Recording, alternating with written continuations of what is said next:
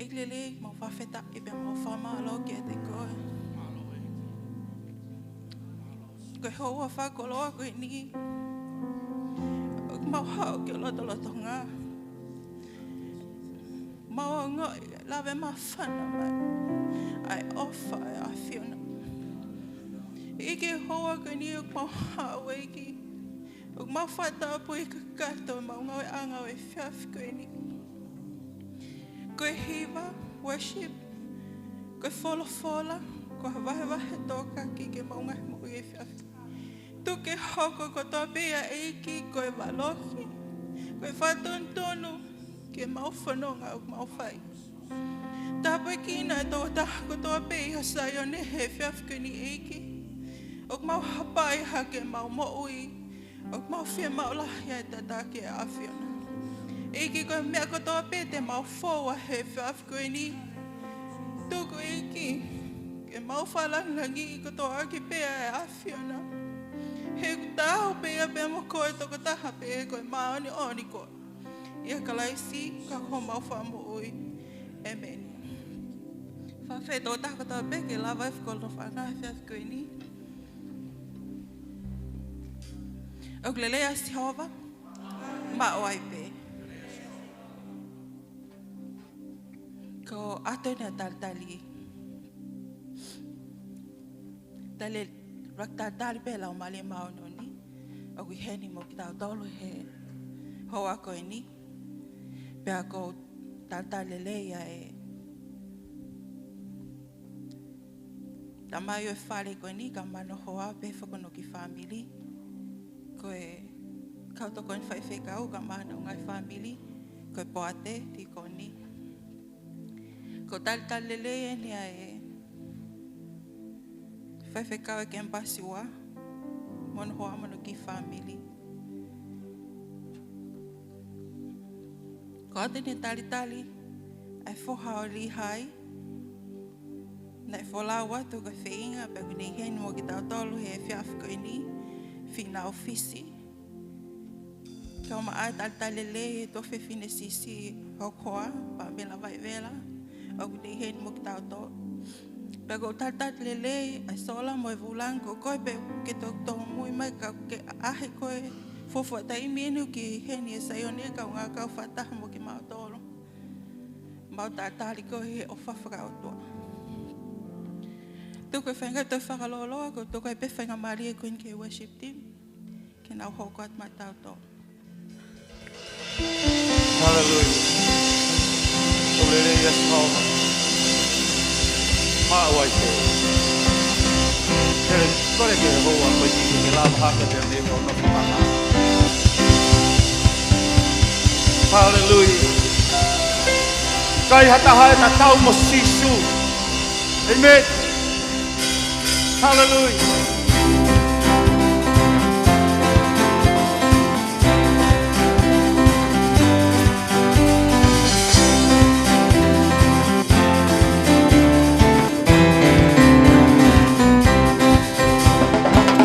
Ikai hata tau mosis, ikai hata tau boy, ikai hata tau mosis, ikai tau boy ya, ikai hata tau mosis, ikai hata tau boy, ikai hata tau mosis, ikai tau boy ya,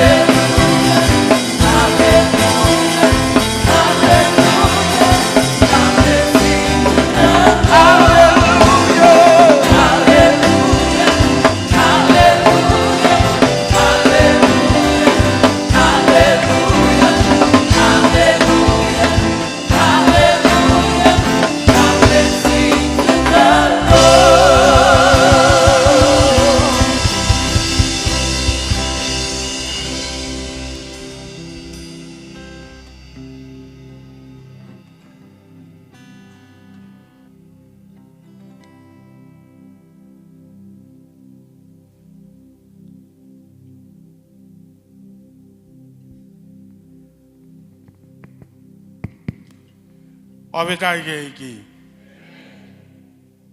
Ki mari mai ange. Mari mai na kai ki take. Mukata ko mea ibu kilalo. Ko whanongonongo anga maheni me.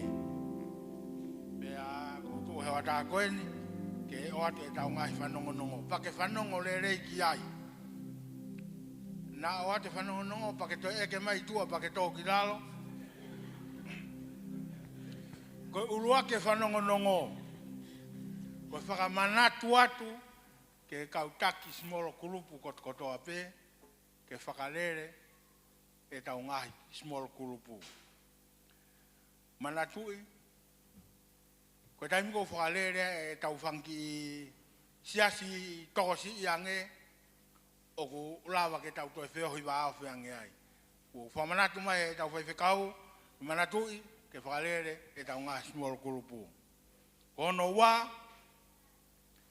Whakamanatu atu e tau ngahi hoa lotu. Lolotonga e wike wheilau koe ni aho e ua taha.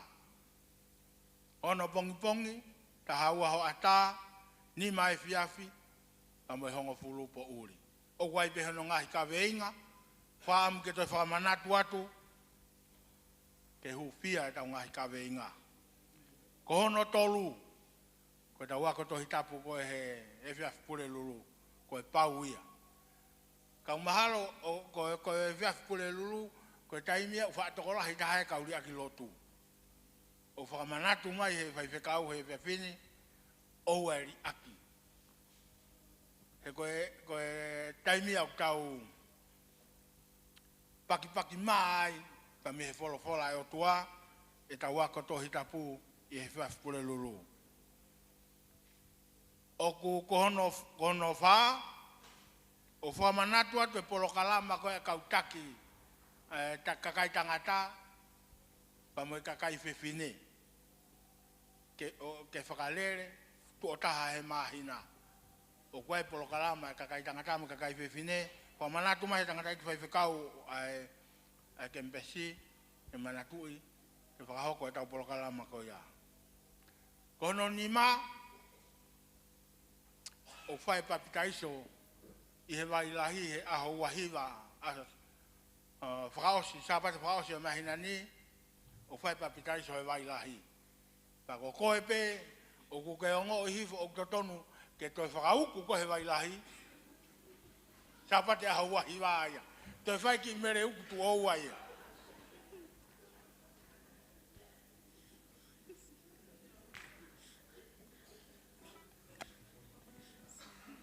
Ka wau ku o ka halau maari o ki mauia ke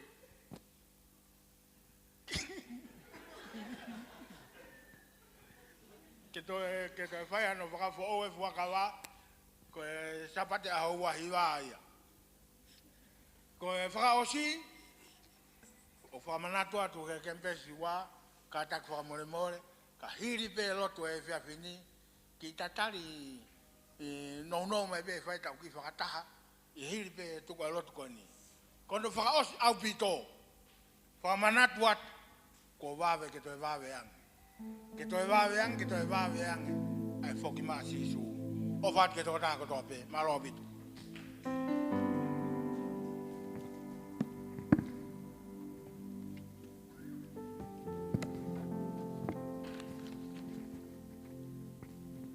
Ulere ia Jehova. Ore ang asa ko report ke lumai.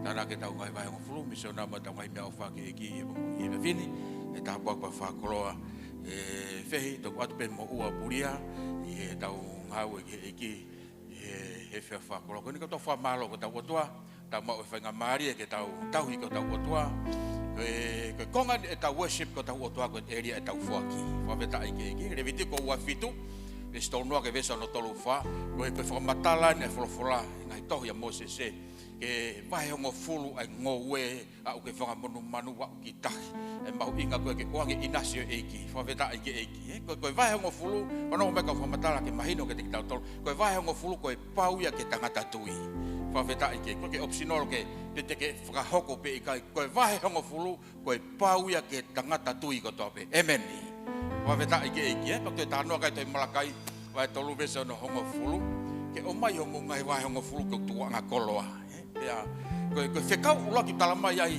e ke pas hono wa o mai o mi ho vai hongo fulu ya ko fekau hono wa tamai ahi ia waweta iki fere angai mi ka ahi ngai han ta ahi te teunga ai te toni kaloni ai te kau fefine mi teu ta ai te mi tokoni ta ai ngai nau faka uhila ya malo peta mau wilahan ni kalma ye folo ka tik tole malakai ai iau waweta iki tui ke hemen ai iau ya ka ngatai kalma ye folo be malakai wa no tol ko beso no ko tai mi ko te ai ia ya Jehova tene fakahava ngai matapa langi waweta iki sekono ke ho talango fua pe ho tui ke folo tai ko totong ya Jehova ngo fulu kalma tene fakahava ngai matapa Waweta iki tone whakapahang me ngai tatau anga o ngai monu ia me ngai lere ko taimi ko te ke ala ki o vai ngo funsi ko me ne hoko ki te ko ka pau te ke ala ki o vai ngo pe ko taif e tapuni ngai whainga maria e o tua maa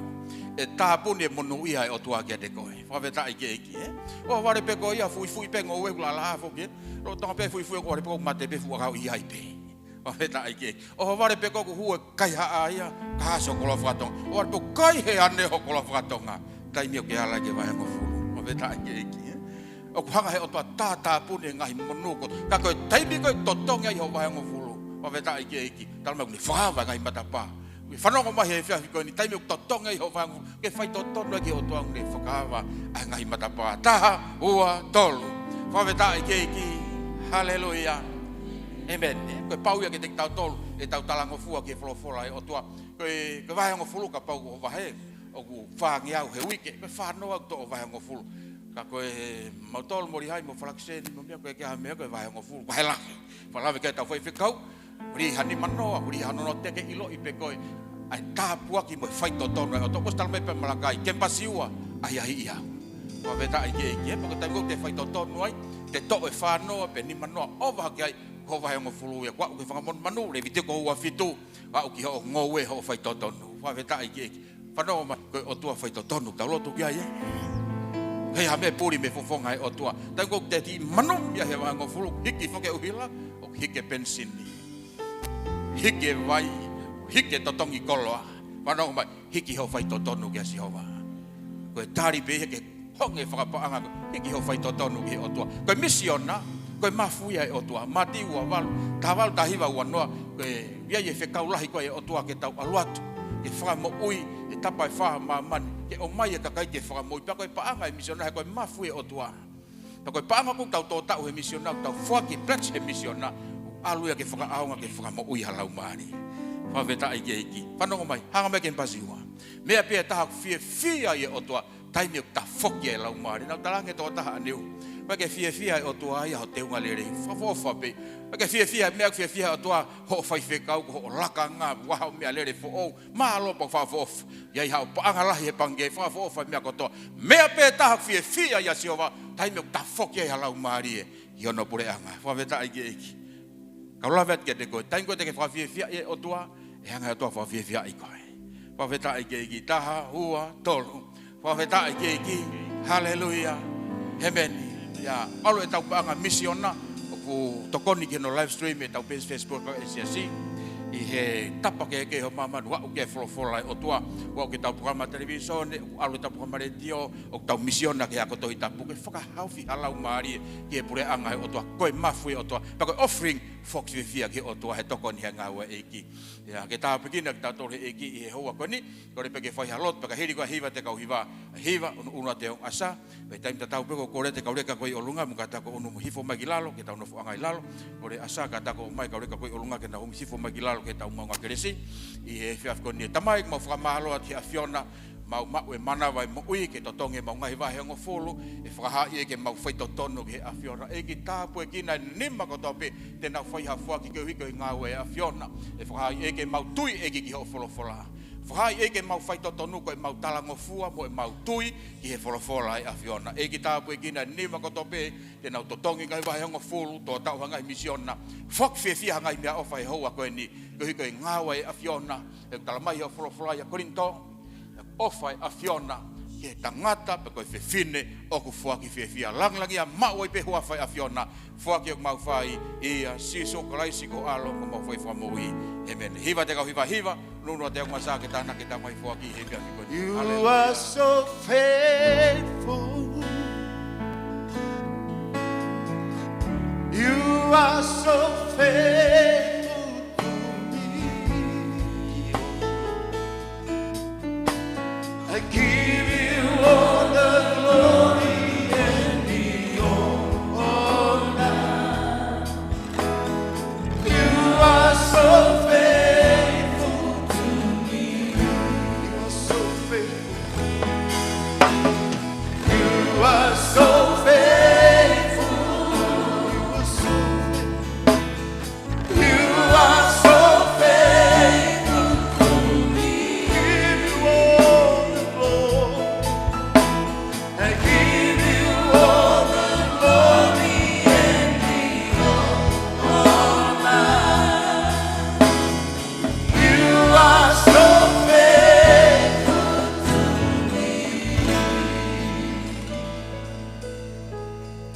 Hallelujah. Kai hatahaya e tatau be mo sisu. Ene foaki a ene ofa, a ene whakai ke te tau tolu. Nge koe mea kulawe ki ai e whai whekau. Ko sisu tatau e ane a fie a honi pe te pehea i piota angata. Kore ki ke lawa hake pe miho nofo anga e hoa. Anga whakapa-apa, tuk anga. Tau hapai e o tua ke ma'olunga. Hallelujah.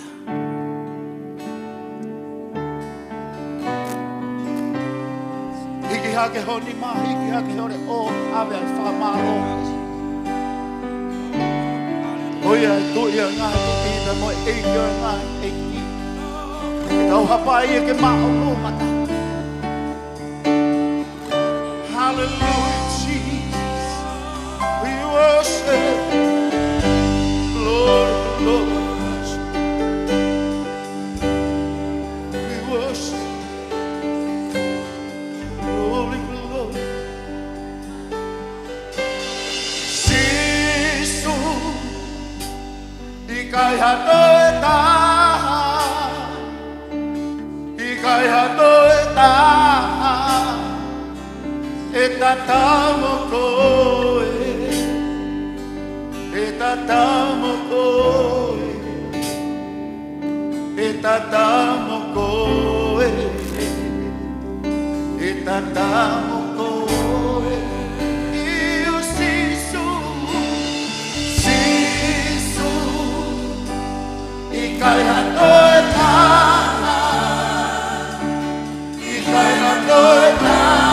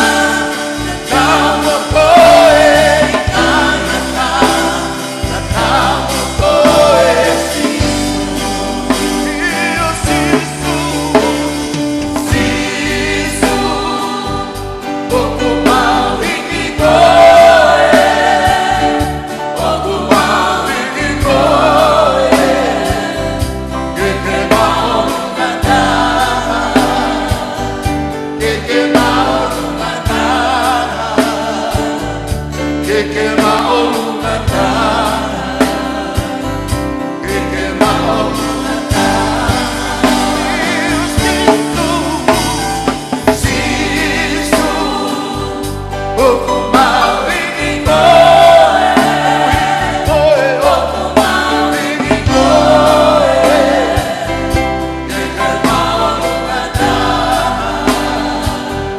để không bỏ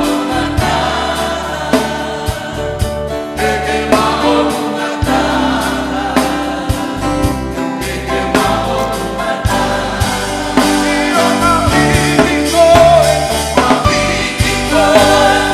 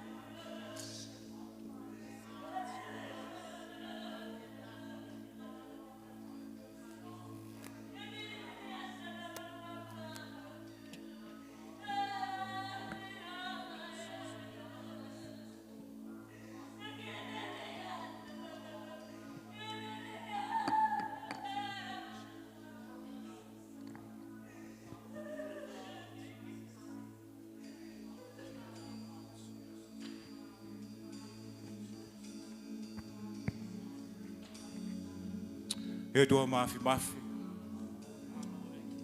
Kokoia koe otua ngahi otua. Kokoia koe tui ngahi tui pe mo eiki ngahi eiki. Mau hau ki ho loto ngā pe mau ilo ku kei heni mo ki mau tolu. Koe whawhetai angai ho mau lau maare ko hi koe mau maua e Awhiona.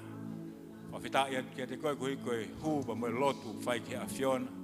Ki Awhio mai ki hū ho kakai.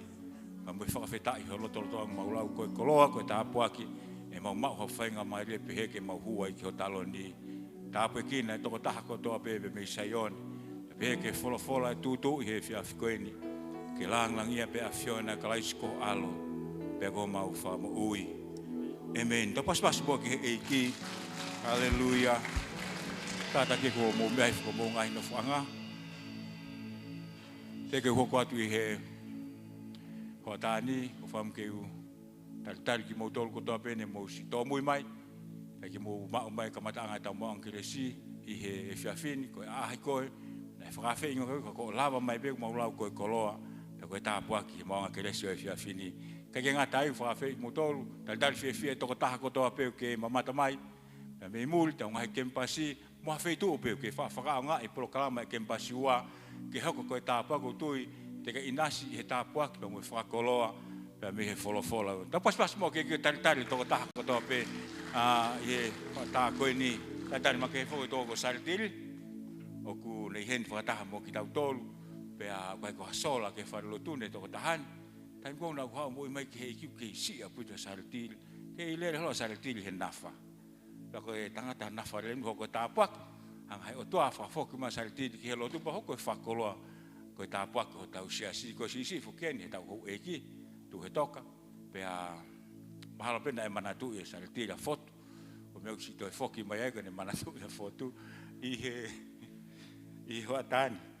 Pea ko lau ko monu ko koloa. Ka malo ke whaiwhikau ko tipeo ku ne mamata mai. I he ope. O me whenga maria koe ni moki ke u to fie whenga maria ke wahe mo ki tau tolu. Ai fola ai otua. Pawheta ki he eiki. Aulelea Sihova. Mawai pe. Koe talu pa mei he pule lulu. Tau ako tohi tapu. Ai tau kamata mai he tau kaweinga koe ni. Pia neu. Tau kempas palangi. Hau tau kempasi ulaki. Konu tawa umai ki tau kempasi ua. Mo tau lau tohi whakasapa te foki. Pea au koe ki au iloa pe ko te haa mea te utoi hao wahe atu. I ho ata koe ni he koe re son ta tau pe koe pa mei he pule lulu koe pe mau whanonga whakataha tu. Kake ka pue mau ho mea anga ho tui pe e hoko koe tāpuaki. Ki mea ku teu he eiki ke tau inasi ai i he whiawhi koe ni. Kai ke utoi whakaloloa koe tau taimi. Mai whenga maari laku. O mai he tokon whaiwhikau ke u. Hoko ai koe tāpuaki. Fou mai he whaiwhikau paku whakoloa i ai i he hoa tā koe ni. Tau hoko ke tau wholofola. Tohi no mi pawa no taha tolu. Vesi koe hono ua no ki hono tolu ngo fulu e konga. Tohi no mi pa. Taha tolu. Kamata me vesi hono ua no ki hono tolu ngo fulu e konga.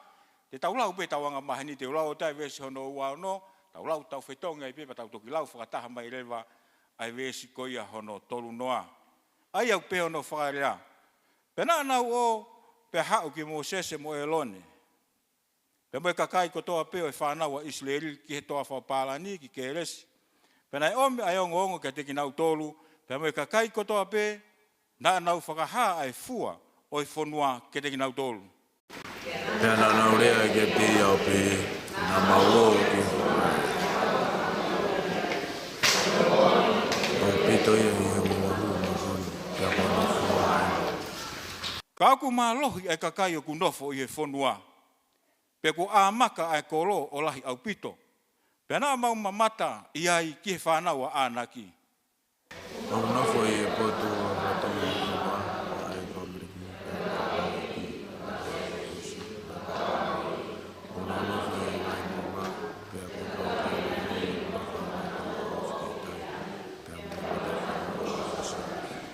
Tau lau katoa vesi ano tolu noa ua tolu. Pena ilo lomi e ke repi e kakai ao mo sese. One pehe. E tau alu hake ke wawe o mau ia. He oku mālohi lahi ke ikuna ia. Pawheta ki he otua. O tui pe ko ka venga ko ni o tau lo tonga lere mai ai o pe no whakarea. Oua e langa ho tui he ripoti ta moiongongo ai tangata. Kai langa ho tui he fola ai o tua. Oua e langa ho tui he ripoti moiongongo ai tangata. Kai langa ho tui he fola ai o tua. Whawheta ki he o tua. Kempasi ua. O ku mahu inga au pito kia te koe pa moau. Ke wana hanga he mea o ku tala mai he tangata. Ke ne to'o. Ho tui a mo tokanga. He fola ai o tua. Mahalo pe mula vei ai tala noa na tau lau. Kapote ke foki ki he wahe taha tolu ka mata me vese ono ulu aki o ku whaka au liki mai e tala noa koe ni. Nai lawe kia e tau Sunday School. Ane nai, whakawhilawe i pa mo e tala noa koe ni. Talange he o tua kia Mosese. Whekau i hakau tangata. Whiriwhiri mai hakau tangata poto, mo malo, mo toa. He ngai whahinga ko toa peo Israeli. Ko hui ke nau alu, o mataki i ai whonua. Pe koe asias ki he kolo. O mahina pe ka tiki tau tolu ka hainga. Koe whonua pe ni o smau pe Israeli. Hangai koe lawe a Sunday School ane uhu. Kau toi fola pe o tua. Ke whaloto lahi e nau tui, po nau whalala ki he o tua. O lelea Sihova, whekau e Moses. Pe whai e Moses e fo ilaka kone ne whiri e kau tangata malo. Pe hengai haa kotoa Israeli. Pe whekau ke nau alu. O whai e whekau ai o tua. Ke o asias, mo mataki ai whonua o kenani. I vese lo taha walu. Tange Moses. Ko mena ne talange uluaki. O alo wakai i whakalelei e whonua. Ko hae tuunga ku nau iai. Wakai e kakai o ku iai. Kai ke ngā tai. Wakai e ku nau malohi pe ku nau vai. Pe kai ke ngā tai. O ku nau toko lahi pe ku nau toko si. Whanongo ki he whamatala a Mosese ke ne whekau. Ai kau tangata ke nau alo whae asiasi. Kai ke ngā tai. Whewhe anga tu ai kolo. Pe ku nau lelei pe ku nau kovi. O ku nau nofo nai ha whare wheki taki. O ku ulu akau ia nai e wheitu ku nau nofo ai. Tai hanga e Moses e whakau like kau tangata kone kau tangata toa en. Kau tangata whalala anga no Israel. Ke nau alo whae e asi koe hui pe koe ka hau e whanau a Israel. Ta koe whekau whakamui koe na talang koe Moses e. Pe mo tanga whaka mahino i mai ka teki mau tolu. Na mo omi ha fua e whonua. Ke mahino. Ai kolo mo alo asiaski ai. Whawheta i ke he o tua. Kamata he vesko e hono ua taha. Ai alu e kau tangatani. Au kene vesko no ua ano. Aina tau lau ma tau tolu. I he hoata koe ni. Koe kamatani ke foki mai. Ai kau asiasi. Koe kau mataki koe na e o. He whekau a Mosese. Aho e whanoa. Koe po e whanoa. Alu e kau tangata koni pe nau foki mai. Kako taimo na nau foki mai, na nau foki mai pa mo ngahi ongo. Tango ta whaki, foki mai mo ngahi ongo.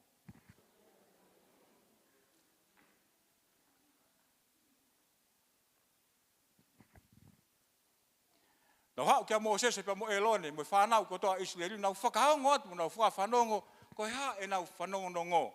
Koe ha e nau ripoti e whai mai, ki he kolong nau asiasi ki ai. Kamata ke whamatala e kau tangata koe ni. E Mosese, mo eloni. Koe tō atu. Koe whakakoloa e mahu ta whea. Ai whunga e whonua. Kaito e ai hano tatau ona. Ke loko taimi nai whamatala i koe.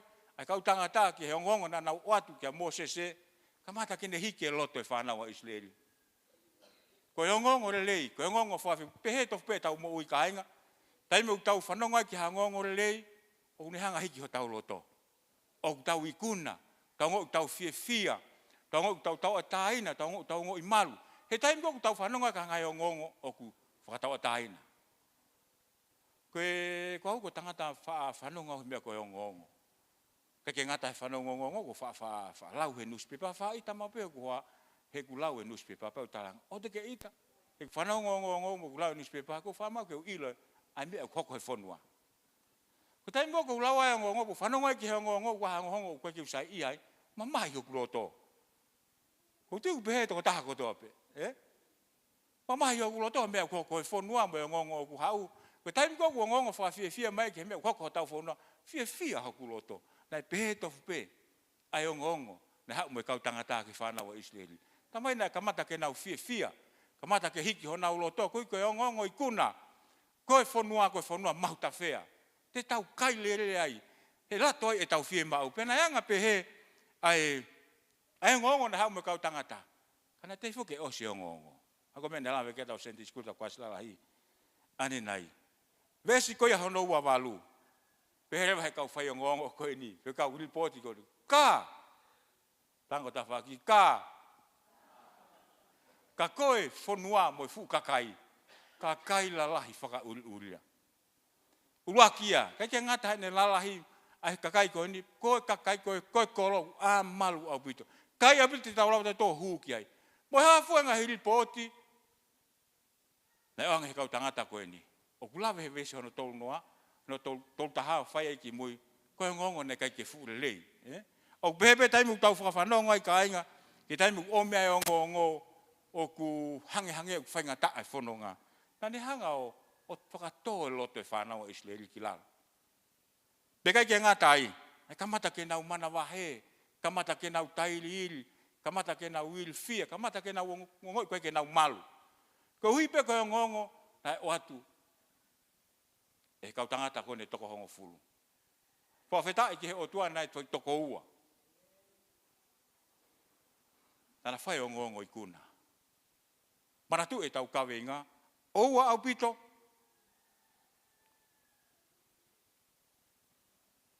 Ta langa hau tui, he ngahiri pote o mai.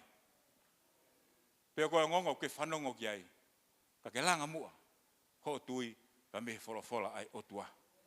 Ka kehe ko ngahi o ngongo ia nei lawe ki ai, ai kau tangata koe ni, pea tō lalo e mo uia Israeli, koe whanau a Israeli, koe hipe koe o ngongo nei ke loko relei ke whanongo ai tangata. Pea o mai ka te tau tolu ai poina lahi tolu. Nei lawe ko toa pe ki ai tau Sunday School, ka taki pete wat pe reso ni, koe reso ni ta taupe.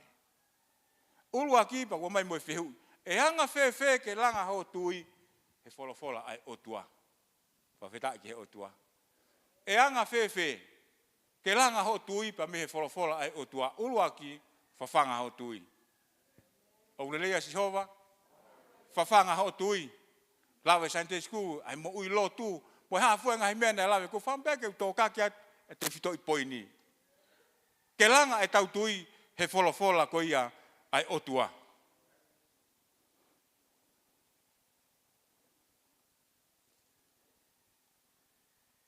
Ko pau, ke whawhanga e tau tui. Whakaaho, pa me whola ai o tua. Ko lawe i pe au ia, ku hene kau lau whola hen. Pau ke ilo i pe ko ia, ai malu mo langa ho mo ui, he whola ai o tua. Ko tai mou tau tae lau whola ai haaho, tau ngoi tau ite ita wawe, e whotu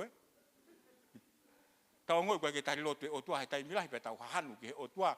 Ko hui koe ke o mai mu whakaaie ka te tau tolu. Ko hui pe koe ka tau tae to kanga, ke whawhanga e tau tui, ta me whola e o tua. He kou tui au ka inga, koe whola e o tua, koe mohenga mawhana e tau tui. Peke ke ngata hene mohenga ma, koe e tene whakahino ki tau tolu. Koe whola e o tua, ke whawhanga ki tau tolu ki ai, tene talamai, hema, mata, tūmau, holomui, alukimua. Peke kou tui, teke monu i ai. Neongo e vevela he taimilahi meu talamai e whola, ka ke whawhanga ho tui, ta me he whola ai o tua. O lelea si hova, ke malohi e tau tui, whawhanga mau pe tau tui pa me he whola. Kono ua, ke whamalohi sinoi ai tau tui. Pa me he whola ai o tua. I loi koa kainga lotu i he whiawhini, ko toko taha kotoa pe, whamalohi sinoi ne tui pa me he whola ai o tua, te ke malo. Pau mo lawei kotoa pe, ko taimi kotoa pe, te ala ke whare mahaki, pate ki siwi pe talamai kuaha whakoutua mahaki tauhi ku te whauai. o nau tala mai, ai mo e hau ki minite tolu noa. Ke whamalo isino i koe ke malo, ke tolonga. Pehe tofu pe fola ai otua. Taim kou tau tui ai ki eiko si suka ispan fo, upau ki tau lau ia pe tau whamalo, pe tau whamalo ni fola ai otua, pe tau kren me fola koe ka te ki tau tau.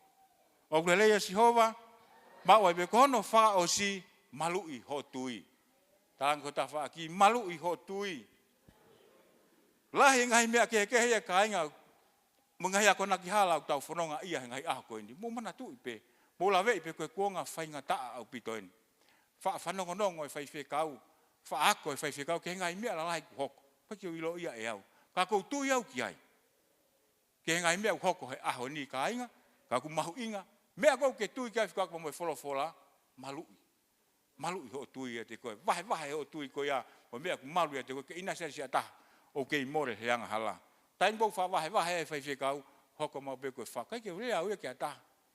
Ka ku ne hanga o hangeu, o mei whakamana wahe e tai me taha. Hangeu ne mei whakailifia, ka ku kinau tolu koe, unau nofo maa, mo malu e nau tui a sisu klaisi, he kai ke ue sia ngofua ia. He whalala mo e tau ofa ki he o tua ka ainga, i he hoa tā koe ni. Pe kai ke ngata i ka pau te tau tae tokanga, o i kai malu i e tau tui, ke wholofola ai o tua, te tau he hema ngofua. Te tau he tu, pe whe male rea ki ngofua holo. Ko mea to whena e fōua e whanau a Israeli kainga. Ko taim kena o mea o ngongo ta e ikuna, ke apitanga, na ke nau te una toa pe koe hae mea whai. Ka ku mahu inga ka te ki tau tolu, ke malui, e tau tui ke ko sisu kalaisi. Ko tu unga ia na ia e whanau a Israeli, ka whamaa popu ka te ki tau tolu, ka ke tau looloa, i he whia whini. Ke tau hoko koe karistiane malohi, whawhanga hau tui. Ke tu ai atu. Ke tau hoko koe karistiane malohi mo whiwheka, e tau tū mao he wholofola atua mo eko sisu kalaisi, whawhanga hau tui. Pekai ke ngata ai, ke tau hoko koe karistiane malohi, whakamalohi sino i hau tui. Malu i hau tui. Kau karistiane, ke mpasiua. Ke tau hoko karistiane, i kai te tau whalala ki hea ngongo, o mai he tangata, ka tau hoko mua ko karistiane, ke tau whalala, ke tau tui, ke iko sisu kalaisi. Kore mo kataka ki olunga, i he hoa tā koe ni. Ko whamu ke wha maa popa kia te ki tau tolu ka inga i he hoa tā koe ni, o ku mahu inga au pito e tau tui ke wholofola o tua. Na kulawe kai koe tene whakatonu ki tau tolu, koe tene hiki haki ki tau tolu, koe tene talame me te tamunu ia mo tāpua ki ai i he hoa tā koe ni. Kore ka hiwana o kātaki mai moan i he hoa tāni. Mai patau ki hiwa ta. Tau kore rewa ki hea. Tangata whaelo te whasapa teke ne lama mai o whaose tau mongkeres koe e hoa tā koe ni ofat ke toko taha kotoa peke tā pekineng motolo e ki. Amen.